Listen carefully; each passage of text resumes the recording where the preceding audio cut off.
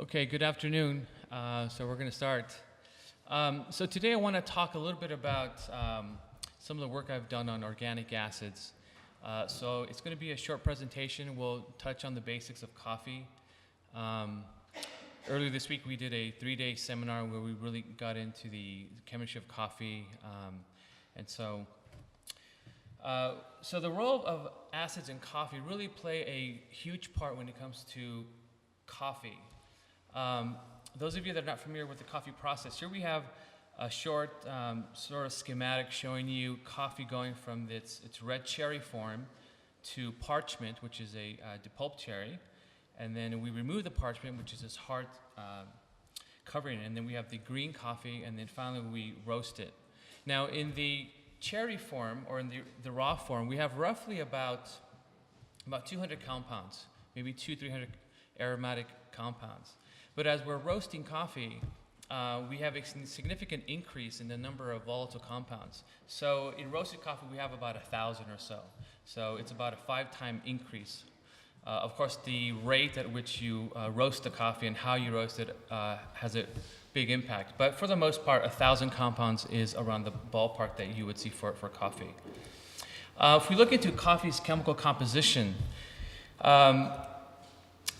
this chart is showing you by family the number of compounds. So at the very top we have pyridines, we have some alcohols, we have some carboxylic acids. Roughly of the 1,000 compounds in coffee, we have about 30 or so that are found in coffee. We have esters, aldehydes, which give you sort of a fruity note in coffee, namely a lot of the natural coffees. The pyrazines, which is a third from the bottom, are products that are created during the roasting process and give you sort of a nutty kind of flavor for it. But today we're going to talk about carboxylic acids. Acids in coffee play a huge role, not only in coffee, but actually in the food industry. So there's a lot of food products out there that we purposely add acids to the food. And one of the primary purposes of adding acids is in terms of preservation. So we may want to pickle something, for example. We want to increase the acetic acid concentration. And so we use that primarily for preservation, to extending the shelf life of it. Other times we want to add acids for an antioxidant. So for example, if we have an apple and it turns brown, sometimes we add ascorbic acid to reduce that sort of formation of the brown color. Sometimes we want to add an acid to have a color change. But really in coffee, what we want to do is sort of change the flavor or improve the flavor. Generally, at least in the States, a coffee that is a little bit more acidic tends to score more, and roasters tend to pay a bit more for coffees that are slightly more acidic than those that are, say, above pH 5.1, 5.2. So this is just a picture of a fruit that's going bad. We talked about antioxidants, how it could reverse reactions or prevent browning reactions. This is a picture of citric acid. The bottom picture here is a picture of cabbage. If you take cabbage and you extract it and you change the pH incrementally, you'll see that there's rather large changes in pH. But again, in coffee, we're really concerned more about the aroma and the taste of it. So there's a flavor wheel that's been developed. This is the older flavor wheel. But when we talk about acids, we're really talking about one small part of the taste wheel, and that is the part here on your left. So here we have the acids, and these are due to carboxylic acids. Most acids, actually almost all acids, have a sour taste to them. There's some exceptions, but for the most part, acids are going to have a sour taste. Some taste better than others, but for the most part, they are sour in nature. When we roast coffee, the vast majority of the acids come during roasting. So during roasting, we have about 21 acids that are produced. And if you're a roaster, you'll see that in roasting, a lot of the acid comes in the early part of roasting. So somewhere around first crack, maybe slightly before. Some other ones are decomposed at or around second crack. So really it comes out a lot from roasting and also the type of bean that you have.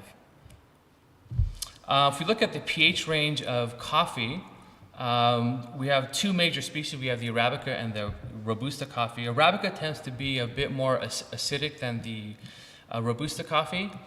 Robusta tends to be a bit higher, about 5.25 to 5.4. And when we look at a comparison, we need to look at this pH of our saliva, which is about pH 6. So even though pH 7 is considered neutral, we need to sort of take it as a reference from pH 6. So coffee will be perceived as an acid. One important thing about coffee is that if we take a pH meter and if we measure the pH, that number, that pH value, doesn't necessarily correlate to what's called perceived acidity, which is essentially what we taste in our mouth. We could have a coffee that has a rather low pH, so it's very acidic, but we don't pick up as much in the mouth. And so a better indicator of that is what's called titratable acidity, which is really used more in the wine industry. So why should acids be important to coffee professionals? And essentially it's because it affects the taste in the cup. Coffee is one of the most complicated food products out there. We have about 850 compounds. And if you look at it from a percentage basis, about only 1%, 1 to about 3.5% is coffee. 1 on the drip side, maybe 1.5, and then 3.5, maybe 4% on the espresso side of coffee. The other remaining percentage is water. So it shows you the importance of having good water when you're making your coffee. What are organic acids? Well, organic acids are carboxylic acids, and they come namely from a number of processes in coffee. Here we have a picture showing you a number of normal created acids. Here we have formic acid, which is very common in ants. We have fumaric acid. Malic acid is very common in apples. So a lot of these are produced during fermentation. So that's the what. What about the where? Well, they come from a number of different areas. Probably the most important one is the plant itself. So when we look at a plant, plants are grown in certain regions. Some are high altitude, some are lower altitude. Typically, those who are grown at higher altitude are colder. It's a colder weather, and so the respiration on the plant is a bit slower. And so you get a profile of acids that are slightly different. Malic and citric are important for the respiration of the plant, and so you'll see if you look at coffees that are grown in different elevations, you'll see that there's a different organic acid amount in each coffee. So it's very similar to wine. Wine grown, for example, like in France in cooler regions, as opposed to wine grown in, say, Australia or California, which is a lot warmer. You'll get a lot of differences in acid. So this is the first one. This is one of the probably the biggest one is where exactly was the plant cultivated and what type of cultivar is it? Is it the Catimor? Is it all these different type of varieties? The second one is post-harvest fermentation, which is once you harvest the coffee as a cherry, you need to depulp it, and so there's different ways in which you could remove the mucilage around it. The most common is the wash process.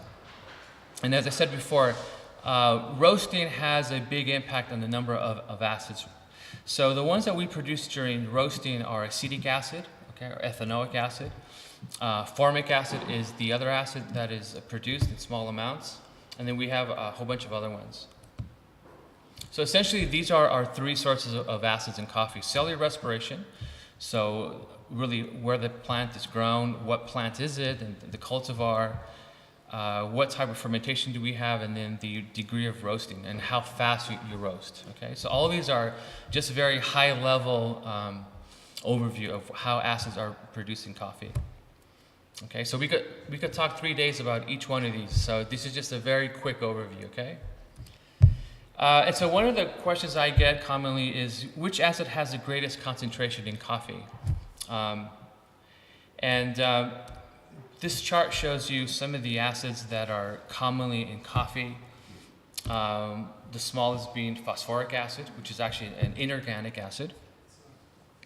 We have malic acid, which is found commonly in apples, lactic acid, acetic, citric, common in citrus fruits, quinic, and then chlorogenic acid. So this is Arabica coffee. If this was Robusta, the chlorogenic acid height would be much higher. So in Arabica, we're looking at about 6%, and in chlorogenic acid for Robusta is about maybe roughly 10%. And chlorogenic acid has a bit of a bitter taste to it, of course, depending on how you roast the coffee. Here we have the actual structures, and as you see, there are a lot of aliphatic carboxylic acids here. Some are volatile, some are not. Chlorogenic, quinic, citric, lactic, malic. For the most part, they're all non-volatile, with the exception of acetic acid. Chlorogenic acid is, when we talk about chlorogenic acid, we're talking about a huge family of compounds. And so we have the monocaffeoquinic acids, which are at the top, the 3, 4, and the 5. And then we have the dicaffeoquinic, which are 2. And so those are shown at the bottom. The bottom acids, the dicaffeoquinic, tend to have more of a metallic, bitter taste to them. And so these are the acids that are primarily found in higher concentrations in Robusta coffee than Arabica coffee. This chart is showing you chlorogenic acid based on roast degree. So if we see in the green part, we have quite a bit of chlorogenic acids, and these are from 4 different origins. But as we start roasting darker and darker, we see that there's a progressive decomposition of these acids. And so somewhere in the middle, we want to find the optimal balance between nice acidic coffee, but then not having it so it's overwhelmingly sour. Now, one of the other thing that affects the origin, and I mentioned this before, and that is that the origin has an impact on the acidity of coffee. So if we're looking at a coffee from what is called the coffee belt region, you'll see that even for the same type of coffee, you'll get a different cup. If you have coffee in Central America or coffee in Africa, you'll see that a lot of the times they have a different cup profile. And so a lot of the work that I did probably about 15, 16 years ago was really looking at organic acids. And this really came about when we were doing a research project with the Kenya Research Foundation, where we compared the coffee profiles of an SL28 and a Ruri 11 type of coffee cultivar compared to a Colombian coffee. And this is the HPLC high-performance liquid chromatography that I ran. And for those of you that are not familiar with this, each peak that you see there is a specific acid. So we have citric acid on your left, phosphoric, malic, quinic, lactic, and acetic acid. Now, this chart is a bit difficult to look at. So this chart here is actually that same chart as the one here. So if you look at this, you'll see that the line in the blue is the Colombian coffee. So this is just a Colombian Supremo that we used. The green one is a Kenyan SL28. And then the red one was a Kenya AA. I believe the cultivar, I forget the exact cultivar, but AA is the actual size of the bean. And one of the biggest differences that you see here is the level of phosphoric acid that you see here, and then the level of malic acid. Everything else pretty much fell aligned with each other because they were roasted to the same specs. And so one of the interesting things was that I was able to get, for example, the Colombian coffee in blue, and then just add that amount of acid to the coffee. And I invited a panel of cuppers over, and I asked them, well, pick the one that is the Kenyan coffee, and they picked that one. I said, no, that's a Colombian coffee. We simply added that amount of acid to it. And so it has that much of an impact, just adding a simple amount of acid to any type of coffee. And so it's really interesting because you're able to increase the sweetness of the coffee, add some brightness to the coffee with some really simple chemistry. And so for the most part, people tend to really like coffees that have a bit more of an acidic character. It augments some of the sweetness. Sometimes if it's too much, it may lower the mouthfeel. But then there's the other type of consumer that, for example, does not like very acidic coffee. And so in the States, there's a big movement now towards cold brew coffee. Are you familiar with cold brew coffee? Have you guys drank this before? And so with cold brew coffee, we did an infrared analysis using two types of coffee off the shelf. And so, or actually, no, these were coffees that I prepared in the lab, authentically cold brew and hot brew. And what you see there, you'll see that there are some vast differences in just the composition. So, for example, in the region A, those are areas related to lipids. And so you'll see there that there's slightly less of lipids in the cold brew than there is in the hot brew coffee. Section B are your carbonyls, and you see in hot, which is in red, there's a lot more carbonyls, a lot more of the fruity characteristics, the acid characteristics, as opposed to the cold brew. We saw some differences in carbohydrates, but this is some research that I'm working on now that hopefully I'll publish in the next few months. So there is some differences when it comes to acids in cold brew versus hot brew.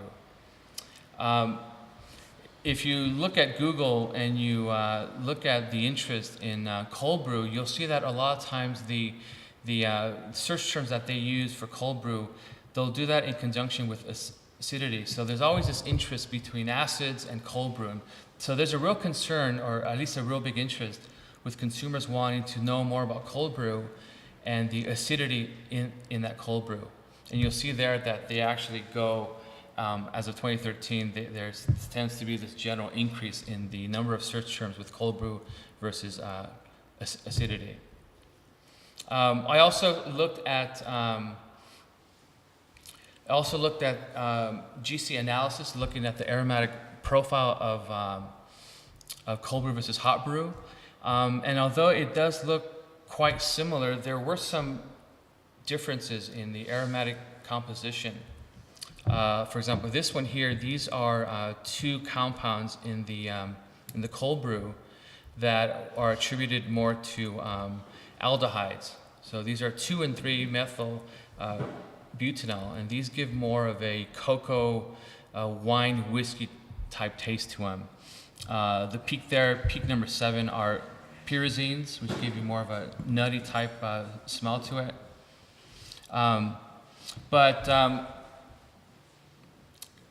The comparison between hot brew and cold brew, I think, is one that is we're going to be seeing that a lot more. And unlike previous research where acidity, having more acidity tends to correlate more with quality, there's a lot of interest now with cold brew. And so trying to understand what is actually going on with the cold brew and the cup profile. And with that, I conclude my presentation. Any questions?